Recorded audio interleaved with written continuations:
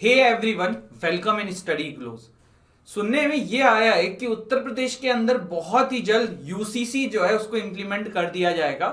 ऐसा सुनने में आया है उत्तर प्रदेश के deputy chief minister Keshav Prasad Maurya ji के द्वारा। केशव प्रसाद मौर्य जी ने रिसेंटली अपने एक इंटरव्यू में ये कहा कि उत्तर प्रदेश जो है वो काफी सीरियस है इस मुद्दे को इंप्लीमेंट करने के लिए, यूसीसी को इंप्लीमेंट करने के लिए पूरे प्रदेश के अंदर। आज के हम इस सेशन में जानेंगे कि क्या होता है यूसीसी और क्या यूपी में ये आएगा तो इससे कुछ फायदा होगा, क्या इसमें क्रिटिसिज्म होते हैं। चलिए फिर शुरू करते हैं। आप में से जितने भी लोग जिनको कोई भी लॉ फील्ड में गाइडेंस चाहिए, कोई भी लीगल एड चाहिए, मेरे लॉ फील्ड के एक्सपीरियंस से कुछ सीखना चाहते हैं, कुछ जानना चाहते हैं, तो you can follow me on Instagram. मानवेन28 इज माई इंस्टाग्राम हैंडल। यहाँ पे आप मुझे मैसेज करके अपनी जो भी समस्या है वो शेयर कर सकते हैं। देखिए, सबसे पहले ना बैकग्राउंड डिस्कस करना चाहता हूं मैं। भारत का जो कॉन्स्टिट्यूशन है, हमारा जो संविधान है, उसका अनुच्छेद 44, अनुच्छेद 44, आर्टिकल 44 पार्ट 4 जो है वो डील करता है directive principle of state policy से। और वहां पे ये चीज लिखी हुई है कि there should be a uniform civil code throughout the territories of India.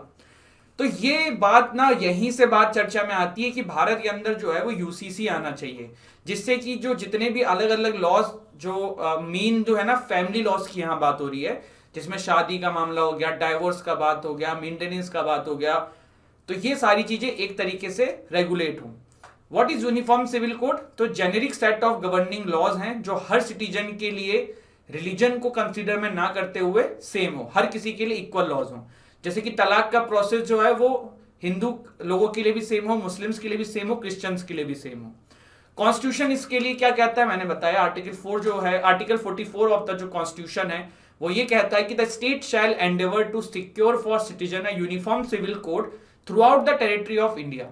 तो यहां से ये पावर जो है ये आती है गवर्नमेंट के पास कि वो यूनिफॉर्म सिविल कोड को ला सकते हैं। देखो, ऐसा नहीं है भारत के अंदर ना यूनिफॉर्म सिविल कोड नहीं है। बहुत सारे सिविल मैटर्स में यूनिफॉर्म लॉज हैं, जैसे कि contract act, Indian contract act है, जितने भी कॉन्ट्रैक्ट के मसले होते हैं, सिविल प्रोसीजर कोड है, सेल्स ऑफ गुड्स एक्ट है, ट्रांसफर ऑफ प्रॉपर्टी एक्ट है, पार्टनरशिप एक्ट है, एविडेंस एक्ट है।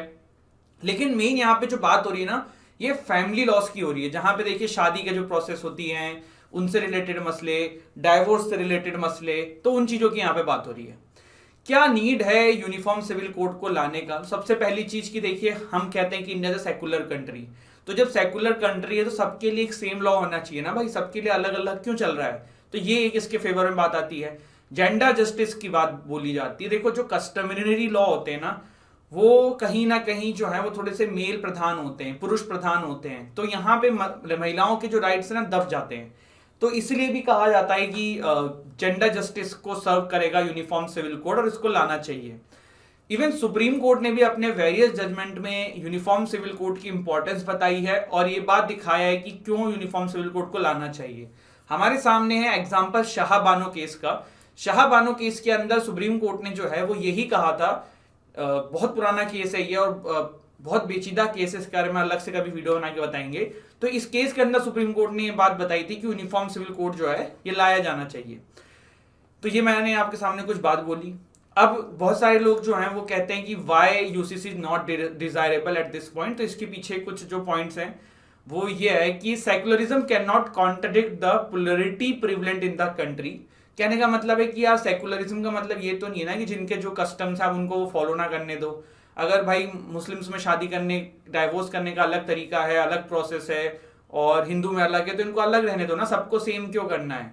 और दूसरी चीज की एक पॉइंट यहाँ पे आता है कि भारत जो है ना वो विभिन्न कल्चरों का देश है, उसके बाद भी हम यूनिफाइड हैं। अब जब हम कल्चरों को यहाँ पे तोड़ने लगेंगे ना, लोगों की जो पुराने प्रोसेस है, जो पुराना ट्रेडिशन चला रहा है उसको तोड़ेंगे, तो फिर ये और दिक्कत का विषय बन सकता है। तो ये कुछ बात थी। अब एक आपको एक अमेजिंग फैक्ट बताता हूं यूनिफॉर्म सिविल कोड के बारे में। Goa is the only Indian state जहां पे यूसीसी जो है वो already as a form of common law की तरह आया हुआ है। देखो, मामला ये है ना, ये देखो गोवा के अंदर ना पोर्चुगीज सिविल कोड लगा हुआ था जब गोवा हमारे देश का पार्ट नहीं बना था, और जब ये पार्ट बन भी गया तो इसी को वापस से इंट्रोड्यूस कर दिया गया आफ्टर इट्स लिबरेशन। तो गोवा में जो है ऑलरेडी यूनिफॉर्म सिविल कोड है। तो गोवा भारत का एक ऐसा स्टेट है जहां पे यूनिफॉर्म सिविल कोड लगा हुआ है। तो ये चीज आप ध्यान रखिएगा। तो आई होप गाइज आपको सेशन अच्छा लगा हो, काफी कुछ नॉलेज मिली हो। वीडियो अच्छी लगी हो तो वीडियो को लाइक करिएगा, चैनल को सब्सक्राइब करिएगा, चैनल को शेयर करिएगा। जय हिंद, जय भारत।